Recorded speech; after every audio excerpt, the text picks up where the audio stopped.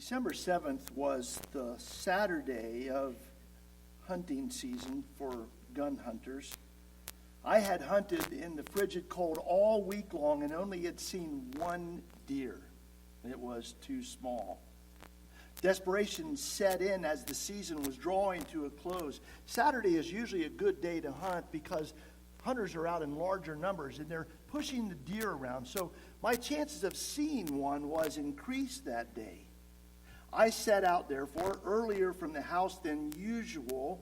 I wanted to be the first one in the woods that day so that other hunters would push deer to me as they were going to their stands instead of vice versa. As I walked toward the woods, I heard a pack of coyotes howling east, the direction I was headed. Immediately, another pack howled to the south.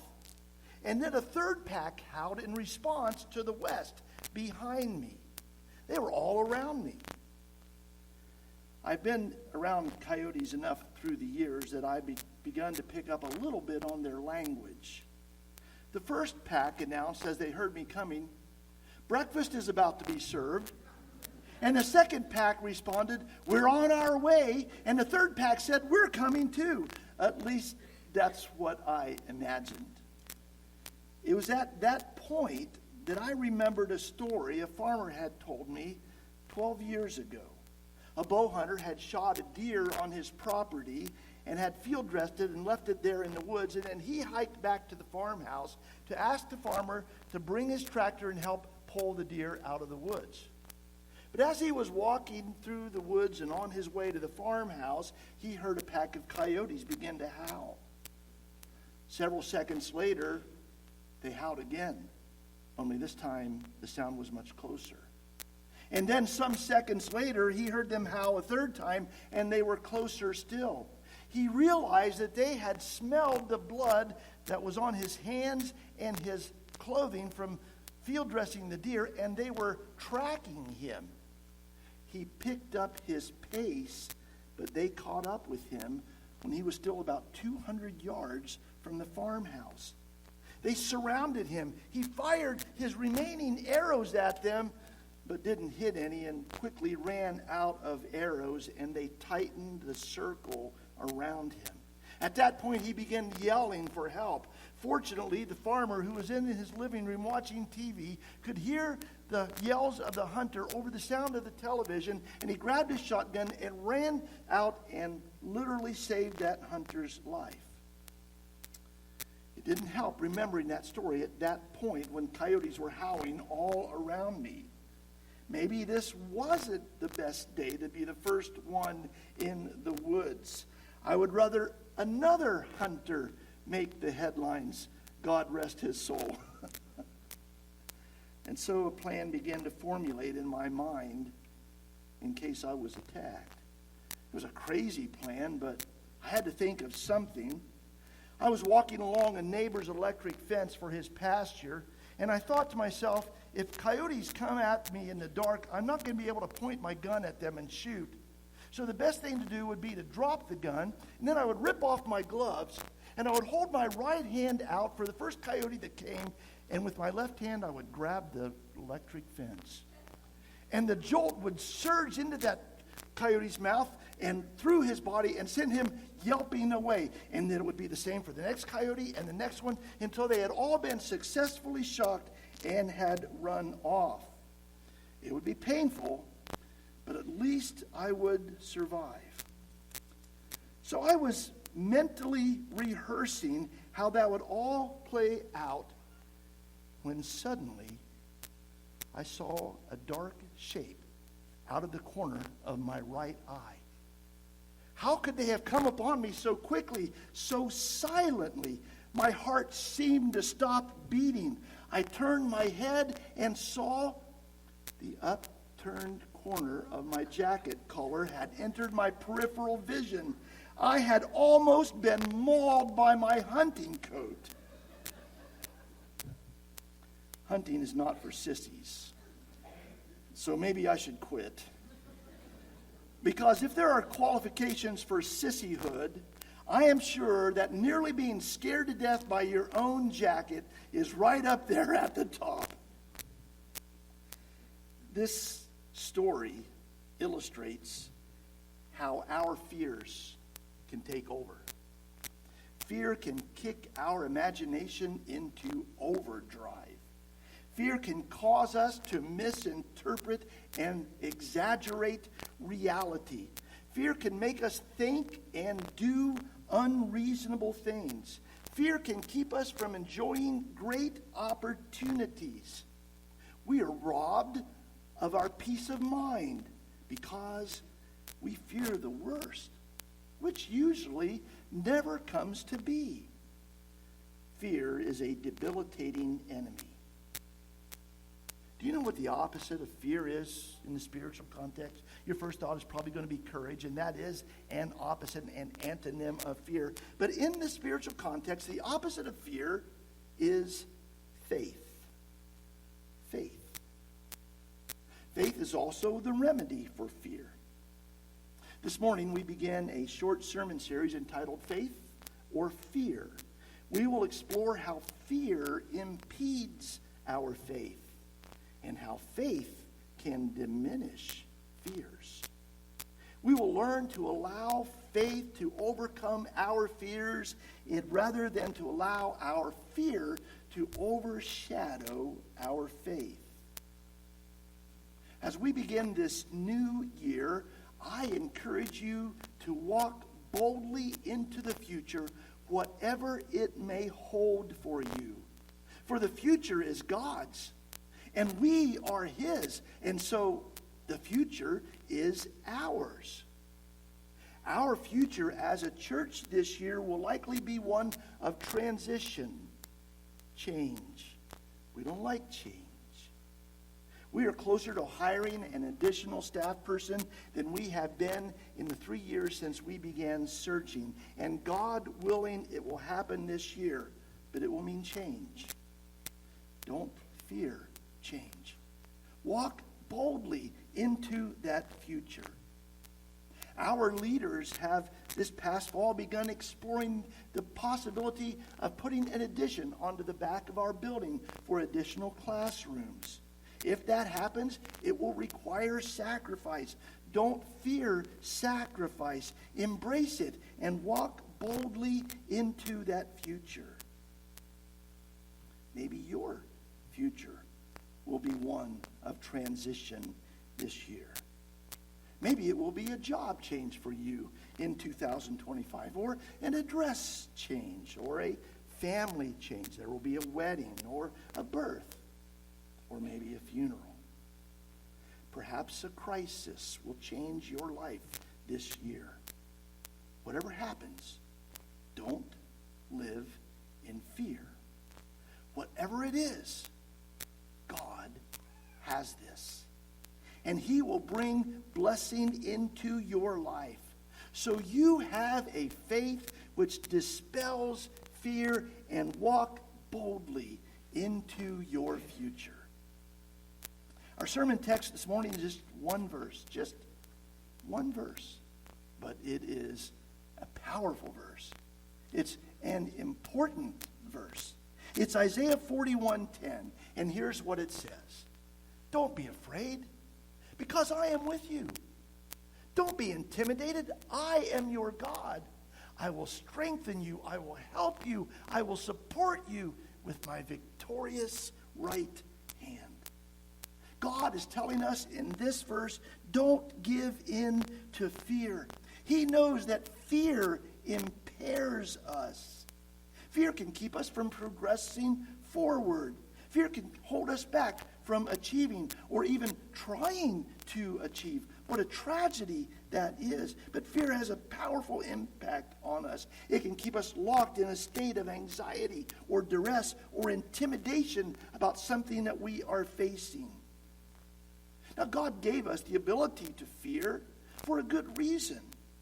Fear has a purpose in our life that is a good purpose. In the case of an emergency, fear is a defense mechanism in cases like those.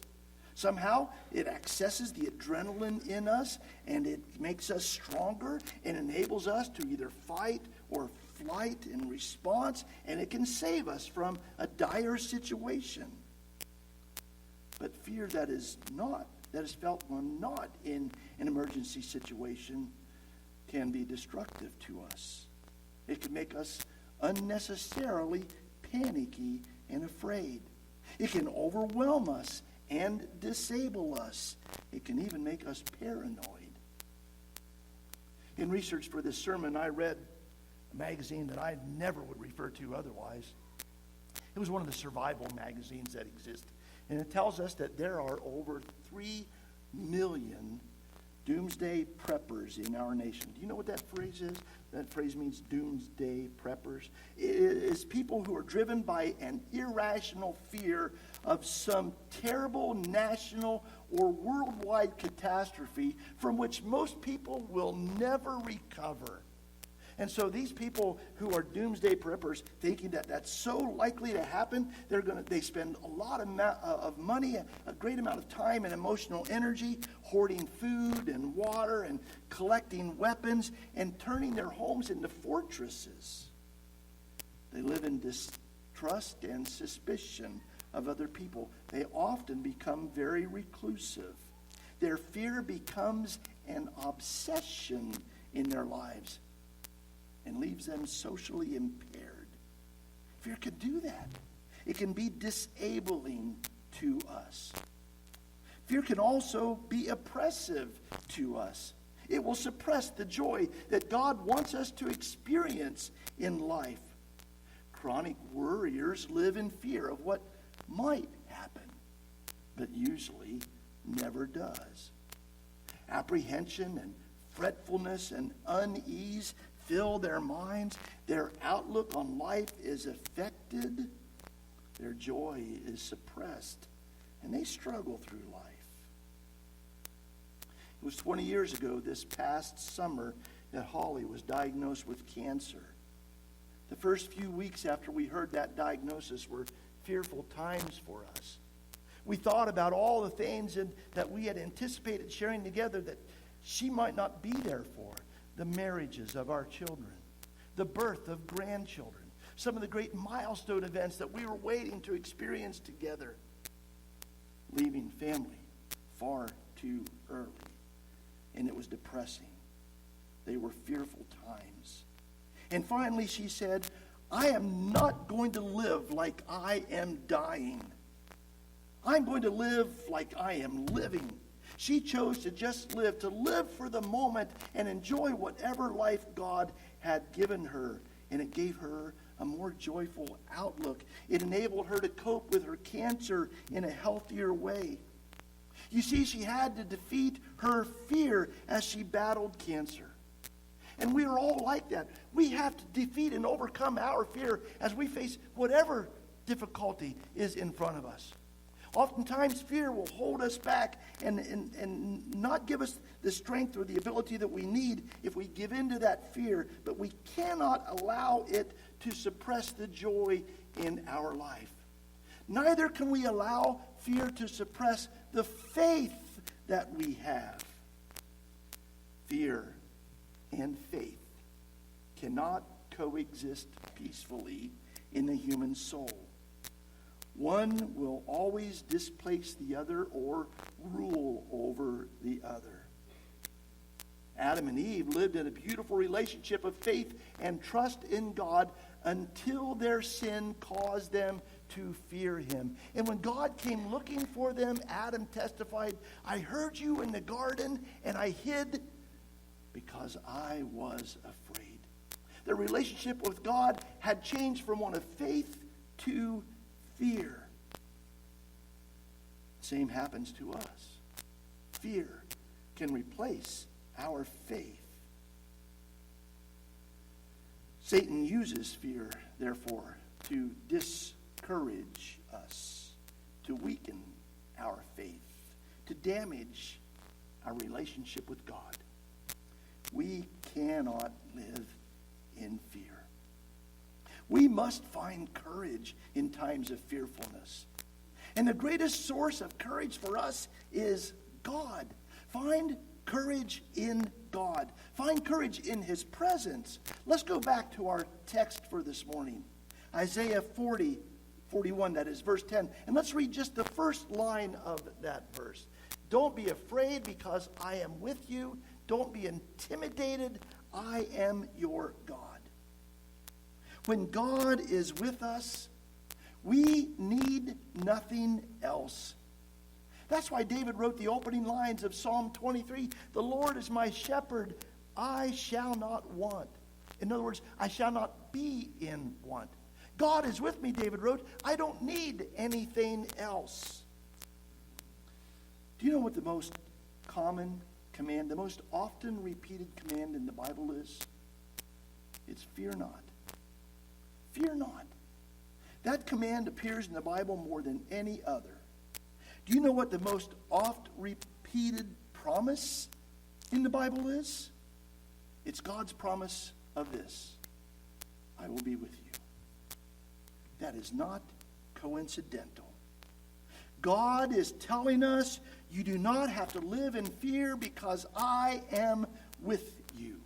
We read that in several scriptures, including this one, Psalm 112, verses 6 through 8. Surely the righteous will never be shaken. They will have no fear of bad news. Their hearts are steadfast, trusting in the Lord. Their hearts are secure. They will have no fear. Victor Knowles is a Christian preacher. He's retired now. I met him several years ago. He tells of leading a Muslim man to the Christian faith. After his conversion, that Muslim man testified, the whole Islamic religion is based on fear. I was directed to follow Muhammad or else. And then I read 1 John 4:18, which says, perfect love casts out fear. God is a God of perfect love. There is no fear in him. That changed my life. My past was full of fear and anger and revenge. Those were the remnants of my previous faith. But after giving my life to Jesus, those things slowly started to diminish. We find courage in a relationship with a God of love. That doesn't mean that God promises to protect us from all fearful things. Christians still get cancer. Christians still suffer terrible accidents. Christians still lose loved ones and receive devastating news. Maybe it is that God allows us to go through those fearful experiences in order to grow our faith. Have you ever come to the realization in a time of great difficulty, I have nowhere else to turn but to God? That is a Holy Spirit-inspired thought. He is directing you to the one, the only one who can help you through that time of difficulty. Courage is not the absence of fear. It is the proper reaction in spite of our fear, because we trust in something or someone else. We trust God, and he gives us courage. Max Lucado wrote about the first funeral he attended. He was 9 years old. It was the funeral of his favorite uncle. That uncle had been a big, strong man, very friendly, very loving. Everyone appreciated him. Everyone loved him. But now his body lay in a casket. And as young Max looked around the room, he saw that all the women in the family were crying. And all the men in the family were silent and somber. He looked at his father, and he saw hurt and sadness in his father's face. He wasn't used to seeing that. And suddenly Max became frightened. His father looked down at him at that time and saw him and smiled at him and laid his hand on Max's knee and said, "It's okay, son." Max wrote At that time, my fear vanished. The circumstances were the same, but if my father said it was okay, then it was okay. He wrote that he learned something that day which had great spiritual impact on him for the rest of his life. He learned that he could either look at others all around him and find fear, or he could look to his Father and find faith. That's what God advises us to do. He gives us this great promise in Isaiah 43, verses 1 and 2. Don't be afraid. I've redeemed you. I've called your name. You are mine. When you are in over your head, I'll be there with you. When you're in rough waters, you will not go down. When you're between a rock and a hard place, it won't be a dead end, because I am God, your God, the Holy One of Israel, your Savior.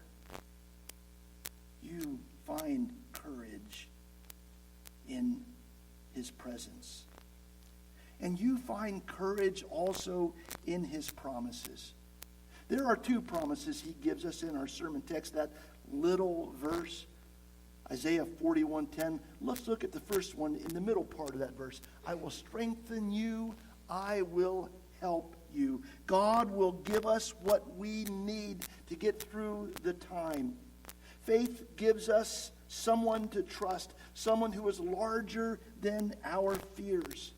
Therefore, this world is a safe place for us wherever we go, because it is under his control, and he is our Father. That's the reason David wrote these well-known words in that same familiar 23rd Psalm. Even though I walk through the valley of the shadow of death, I will fear no evil. He knew God was with him. You trusted that promise. And you find strength and confidence in the second promise we find in our sermon verse for this morning. Let's go back to Isaiah 41:10 and read the last portion of that verse. I will support you with my victorious right hand.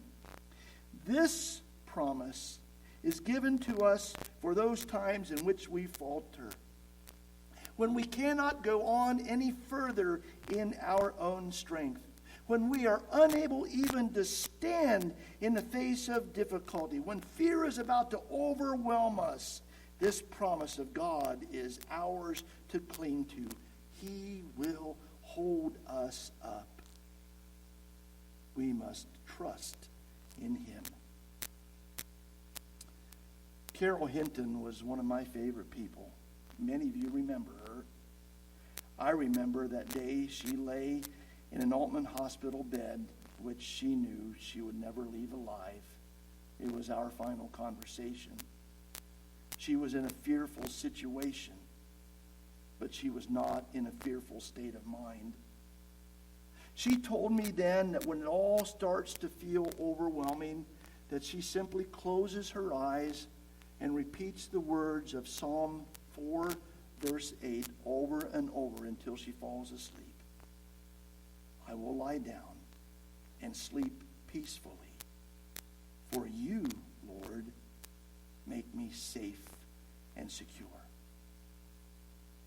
And I suspect that those were the last words that ran through her mind before she closed her eyes for the final time. We need that God in whom we can place that kind of faith.